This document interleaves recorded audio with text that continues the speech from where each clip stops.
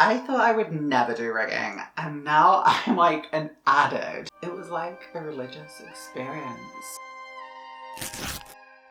Hey guys, it's model making time. Today we're looking at the Praga E-39 by RS Models. This kit will lead us down two rabbit holes. One about rigging and one about the subject itself. As usual honeys, I've got timestamps for you, so if there's anything in particular, whether it's the rigging itself or the history of the aircraft that you're most fascinated by, then feel free to skip to the timestamps. Of course, you might want to just watch a few things twice, because I mean, I can't blame you. It's standard by now. We'll be looking at the history of the aircraft, the history of the model kit, and then unboxing the kit before we assemble it, paint it, and, well, we'll do the rigging. I'm so excited to do the rigging because my friend Captain VFC gave me a little hack to try and do rigging, which I would never done before, and it really paid off. So let's get into this. Right, it's history first then, class. The Praga E-39 was the first of its company, which I refer to so far as Praga, but is actually Českomoravská Kolbendinek. I have no idea if I butchered that or not, so it's on the screen for you.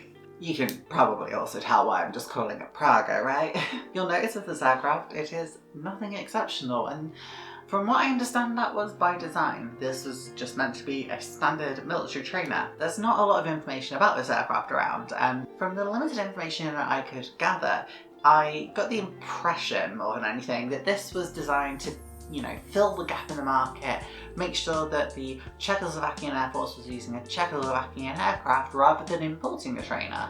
Obviously, Czechoslovakia had the Avia series of aircraft, and we built one with the pre-war aircraft and one post-war aircraft, so it wasn't as if they didn't already have an established industry. So it seems like it was done to promote local industry over any sort of innovation. It certainly didn't win any awards for international service, only seeing service with Czechoslovakia and then other operators following the annexation of Czechoslovakia in World War II. And I think really that's why this aircraft became interesting to me. I'm sure many of you are familiar with this insignia. This is the insignia of Slovakia after 1941. However, I was unfamiliar with their pre-1941 insignia, which is this. This kit comes with those markings, and I had no clue really about them. As someone who views themselves as very knowledgeable about insignias, I was quite disappointed with myself. But then I realised I'm not actually that familiar with Slovakia in World War II, other than being a satellite state of the Germans, but puppet state really. So I did some research and I learned about the Slovakian-Hungarian conflict, and I also learned about Slovakia's involvement in World War II in the invasion of Poland and in the Soviet front as well. I really highly recommend History Hustle's video on Slovakia in World War II. It's where I got a lot of my knowledge from, and it pushed me to do some further reading as well. Their video was really in-depth, well explained, and just a joy to watch. Well, joy is probably the wrong word, but you know what I mean. I also looked at the operators of the type, and some were used by the Luftwaffe, some were used by Slovakia, and interestingly, some were also pushed over to Hungary, which I didn't know. I always forget about the Hungarian Air Force. I always think it's because like they had no real indigenous types, so in my head they're sort of like a different marked expansion of the Luftwaffe and Regia Aeronautica. Ultimately though, the E-39 would never become a success or a well-remembered aircraft, and from what I can see, there aren't any survivors today either, so the fact there is a model kit of this is actually kind of important. It helps preserve something that, you know, would otherwise go unrecognised, unremembered, and forgotten. In fact, this video wouldn't have existed. Well, that was a really unexpected journey into the history of the E-39. I guess it's time to have a look at the kit's history, right? So originally released by RS Models in 1999, this kit came in two versions. One version is the one that I got, which comes with markings for Czechoslovakia, Luftwaffe, and also Slovakia. The other variant comes with markings for Czechoslovakia, Luftwaffe, and Hungarian. Weirdly though, there was a 2009 boxing that featured two aircrafts. It was like a 2-in-1 thing, woo! But it's a bit weird to me because this is such an unusual type. It just doesn't seem like it would sell that well. Perhaps it's because it was done for the Czech market and maybe it did do okay, but I obviously don't know any information regarding that. But what I don't get as well is that, you know, if I was getting the double box, I probably want to do, I don't know, like Slovakian and the Hungarian marking. But instead you just get like a mix of like Slovakian, Insurgency Slovakian, and Czechoslovakian. You don't even get like Luftwaffe, you don't get Hungarian. It just seems weird to me. But alas, they seem to be only box things. When I bought my kit, it was marked as 7, and because I bought a couple things, you know, it was like one of those like multi-buy discount things, and I think it worked out, like got it for about a £5. And I probably wouldn't expect it to sell for more than 5 to 10, maybe. I probably wouldn't say more than that. But I mean, who knows? You could watch this in a few years' time and it could be a really rare kit, then I'll sell it for like 30 to 40 quid. That's just the way modelling goes sometimes. Wow, we've already got through the history sections, guys. Take a moment to chill and make sure you hit that subscribe button, right? Okay, let's go into the unboxing and have a look at this kit in all its glory. Once you're done with the unboxing, we'll have a little chat and then go into the construction. Okay, and we're here with the Praga E-39. This box art's kind of cute, and I like the real photos on the back. It's really cool. Inside we got the decals, photo etch, and the actual model. For whatever reason, I forgot to film a close-up of the photo etch and the decals, but just be rest assured, they're pretty good quality, and I actually used some of the photo etch. I know, guys, be shocked. The instructions aren't too bad. I don't know if I've built many RS model kits before. I think I've built maybe one before and that's it. And you know, this is an old kit as well, and they're not bad. They're definitely better than a lot of other manufacturers were in the very late 90s. It was easy enough to follow, and when I actually came to building the kit, I didn't get lost. I didn't find anything too hard. Again, it's quite a small, simple kit. The detailing on the kit is actually quite nice though. As you can see here, it's got recessed panel lining, and you've got the texture coming through, sort of the fabric stretched over the structure. It's pretty nice. Again, I was expecting a lot worse for both, I guess, the price of the kit that I got this for, but also given the age of the kit. The rest is all pretty much just a sprue here. You can see the wings come in 2 separate parts for the top and 1 for the bottom, and then you've got the struts and the tail section, the engine, and all the other parts as well. The landing gear is actually one of the highest part counts for sort of this entire kit, and we've got the vacuum film canopy, which it's fine. It's not like bad, but it's not the best in the world. Now that you've seen inside the box, I wonder what you're thinking. I saw this and thought, this might be quite a quick build, but I really don't enjoy doing biplanes. I find them an absolute pain, and the idea of doing rigging on them is the worst thing in the world. And yet, this ended up being one of the most fun builds I've ever done, and I found it really satisfying, really rewarding, because I pushed myself. And you'll see that during the course of the construction, so I guess without further ado, let's go into construction, painting, and importantly, the rigging. So for construction, we started off by doing the cockpit, as is pretty standard on any aircraft, to be perfectly honest. And we're just sort of gluing the seats on. You can see I'm using my tweezers here, which are literally essential now that my nails are the length that they are, and just popping both sections of those in place. Really easy to do, quite simple bucket seats. It's again a mid-war aircraft. You've got the control column here, and I don't think I got me on camera putting it in place fully, but you can see one of them on there. So again, it's quite simple and straightforward. Once I've got that and the rudder pedals in place, which are put slightly forward, I'm just dry fitting everything to make sure it fits. This is really important. And then once I'm sort of satisfied where I understand where it's going, because to be honest, I felt like it was maybe a little bit too low and I wasn't sure, but then I realized, you know, a part would actually come up quite a bit. So I then secured it in place with some glue and primed it with my Tamiya primer. Once that was done, I went into painting. Now, I can't find the instructions on hand to see exactly what colours it should have been, but I'm pretty sure I went slightly darker on the seats just to give it a bit more of contrast, particularly the scale. I feel that sometimes you need to exaggerate the colours in order to make sure things stand out, and with biplane cockpits they're really hard to see, so I think sometimes you just want to add a little bit more depth, a little bit more contrast, a bit more drama, I guess, just to make sure that you can see everything when it's all put together. I think in the end result it's probably negligible difference, but you know, I felt more confident doing so. You can see the grey is a lot darker once I've painted that all in as well, and the cockpit as a whole is just very dark. Once I glued it all in place, I clamped it all in, and apparently didn't capture fully me clamping it, but That was just to make sure I got a really tight bond. Once that was done, it was a case of gluing the bottom wing in place and the tail fully in place, which came in 2 parts, which was sort of the real control surfaces and the rudder. I then went on to struts, and struts I think are the hardest thing about biplanes is getting them all to sort of stand in the correct place. There are some little sort of recesses, little bumps into the wing where you can see where you need to put them. I think I ended up getting 1 or 2 of them slightly out of place in the end because I didn't capture it on footage, but I did actually knock the wing off at one point after I'd pretty much finished it all. So yeah, it was a bit unfortunate. I then dry fitted it all to try and make sure it did fit. You can see here that it didn't align fully, but I did make sure it aligned before I actually, glued everything in place. The undercarriage came in 3 separate sections, so there's one bit that goes on the outside, as you can see here. There's like a Y shape that goes in the middle, and then one other little strut that goes a bit further out. So it gets a really cool looking support structure. They seem to work really well as well. I've not had any issues with it. I did break it again once when I was trying to move it to its permanent home, and it just glued straight back in place. So again, really lovely undercarriage, really nice and well built, and it gives a really dramatic look to the aircraft, I think.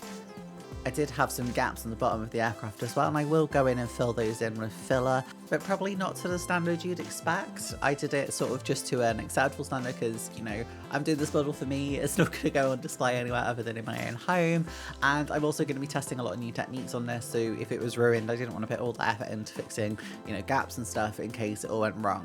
Now, I've also put photo etch on the engine, which again is something I never do. I was really not sure in this, and they're like the little pipes on the engine, I think.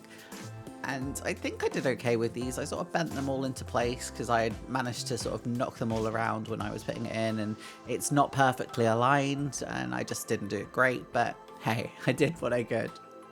So I've now sprayed the whole thing with a Rowell can. I actually just used Amble's silver paint, and then I'm going over the engine and some of the other surfaces with a steel colour to again give more contrast and make the working parts actually look like they are working parts rather than this factory fresh finish.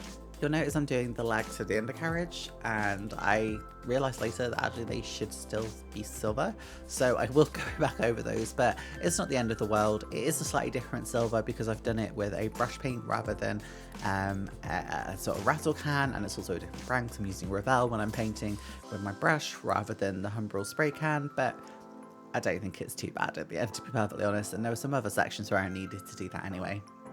I'm painting the propeller with just a wooden colour, it's again Revell aqua colour, and I'm painting the undercarriage to get the black on the tyres of the wheels. Now, I don't know if I caught it on footage, but what I also did was went over with a slight coppery tone on the engine as well, just to give some variation and show heat. What I'm doing here is I'm painting on one of the inks that I bought from Warhammer, the Citadel Colours Soul Blight Grey, and I'm just going over with really thin layers, and I'm brushing most of it off just to make sure there's some in the recesses and to give some variation in the colour. I'd never done this before. I just thought this might give some variation, whereas I find silver can be really bland and I never know how to do it very well, and I was really pleased with the results. It doesn't perhaps show as much on camera, but in person you can definitely see the ink has sunk into the sort of recesses of the biplane's corrugated surfaces more, and it's also just gives some sort of different shades along the actual sides of the fuselage as well. When I combine that with the weathering that I've done onto sort of the front of the engine with some sort of rust and darker colours, it really does shine through. It looks really nice actually. It's not the best finish in the world, and it's definitely not as smooth as it could be, but I think it looks okay.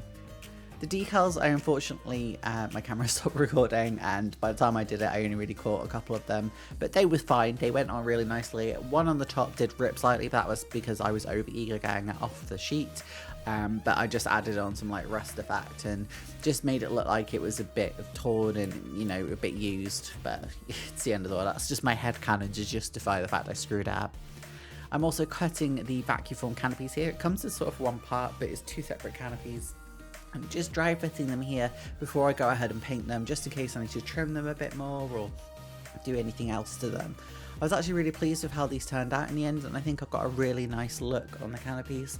Again, not super confident with vacuum form either. It's one of the materials I'm just learning to get used to. Other than on my Mac trainer, I've never done it very well because the first one I ever did was my CT4 and it did not turn out super great, but I was actually kind of happy with how this one looked in the end. I'm not gonna lie. You can see me putting on the rear one here, and I'm just using tweezers to get it in place. I'm using some PVA glue because I had some nice clear glue that one of my viewers sent in, but I seem to have lost that, so I'm just using really basic PVA glue.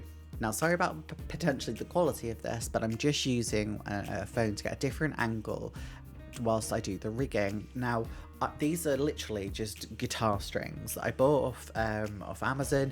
I think they're like 0.2mm, and I just held them up to the aircraft, cut them to length, and just kept going back and checking them, and then dipped each end in super glue and just placed them in place. Now, I'm not going to show you doing the whole thing because it is very repetitive.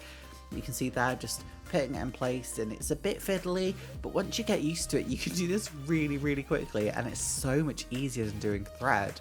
And you get the really lovely metallic sheen. If you don't want to go over that, you can just get a raw metallic colour. Honestly, it looks really nice.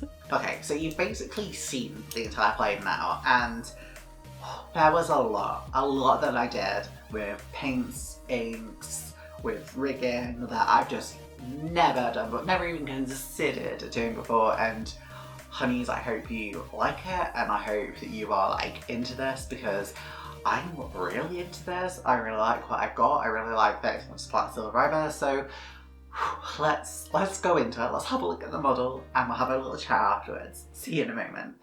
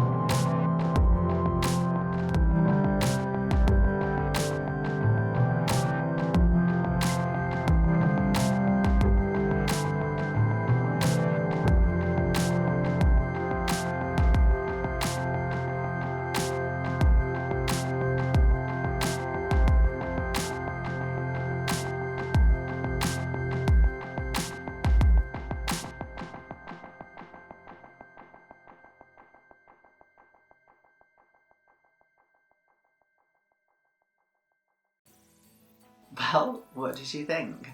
I really enjoyed it. Like, I really enjoyed it. I'm shook. I'm honestly shook. Okay, first of all, I need to talk about the rigging. Oh my gosh, it adds so much to the kit. I had always thought that like rigging would be just a pain and horrible and unenjoyable, and you know, I've done little bits. I've done like, you know, the wire between the cockpit and the tail, and I just find it not enjoyable, and I always use thread, or I use like this easy line, stretchy, thready stuff that you can buy. And I actually bought some of that to do this, and then I was chatting to BFC one day, and he was sort of like, just use guitar string. So then, when I was doing this kit, I ordered some off Amazon, and well, I just went for it. The bits you saw in construction were not very neat, honestly, and that was mainly due to experience. I've not dealt with this material before. It's, you know, actual proper metal, and I'm gluing it with super glue, and you have to make sure it's quite straight, but sometimes it bends if it's slightly too long, and I just didn't really know how to work with it. But once I did like the first 8 bits, I guess, or maybe the first 16, I was then super hyped to do the inner sections, which is what I did last, and they look clean in comparison. Like, there's no pools of super glue, it just looks so much cleaner, so much nicer, and I feel really confident for doing this for another one. I'm like actually so excited. I've got another biplane I want to do, and it's gonna be rigged. Rigged to hell, honey. Oh my god. Like, starting this, I was like, so scared by. Whereas now I've done it, I'm just like, honey, that has like nothing on me. Also, let's talk about the metal. So this aircraft is meant to be basically silver, and I decided that probably wasn't going to do it for me. I went to my local games workshop and I bought a couple of different inks, which they're kind of different now, and I was actually looking for aggro surf and I didn't have that because that's what I use the most. But anyway, I ended up buying like a grey one, a black one, I think a fleshy one, a couple of different ones. And then when I was doing this, I was like, hey, maybe I should try putting some silver ink over it, or grey ink as it actually is. You know, it'll be thin enough to allow the sheen and shine of silver to come through, but it should add some depth and variation and help make it look a bit more vivid. And my god, I'm so happy I did it because it looks so much better. It just looks so much nicer than just having a flat silver server. I'm really proud of this. It doesn't look the neatest, it doesn't look the best, but I'm proud of it because I pushed myself. I made myself do techniques that I never use. Okay, I guess we should go into the aisle fly. Well, obviously I got this kit quite cheap, but I shouldn't expect you really to find this for a price higher than that really. Or I guess below £10 is where I'd expect it to be. It's not a bad kit, it's quite well detailed, it comes with photo etch, which obviously I only did one bit off, but you know, I tried at least. It's got a vacuum form canopy, which is not really surprising given the age of the kit. It's an unusual subject and you can do this in lots of different markings, particularly for air forces that are perhaps less well known, such as Slovakia and the Hungarian Air Force. Yeah, I guess what I'm saying is if you can get this for under a tenner, I would absolutely buy this, whether it's €10 or £10, I would probably say that's your hard limit. I wouldn't really want to pay much more than that, but it's definitely worth buying. It's a really nice kit, it went together well, and I think by the end, with a little bit of grafting and work, you can make a fantastic looking kit. That's going to do it for me guys, thank you so much for joining me. I really enjoyed this. I hope you liked seeing me do new techniques, do new things, and just grow and level up as a modeler. If you like what you've seen here, feel free to hit the subscribe button to be notified of new videos which tend to come out every Monday. Also make sure to like the video and drop a comment down below. Let me know what other techniques I should look into and try. But don't say airbrushing, because I've already got that one coming. If you want to support the channel itself, then you can do so over on Ko-fi. It's a bit like Patreon, but you can do a one-off donation or you can do monthly. Obviously only do if it's viable for you. There's no pressure. I'm going to be making this content and chatting to you guys anyway. Thank you again for joining me. I've really enjoyed building this. I know this is a more obscure kit, so I hope you guys still liked it. See you later. Bye! Thanks for watching the video, I really appreciate it. Hit the subscribe button and notification bell to be notified of every new video on Mondays. You'll also be able to see me stream live on YouTube. Thanks again, I really appreciate it. Have fun modelling!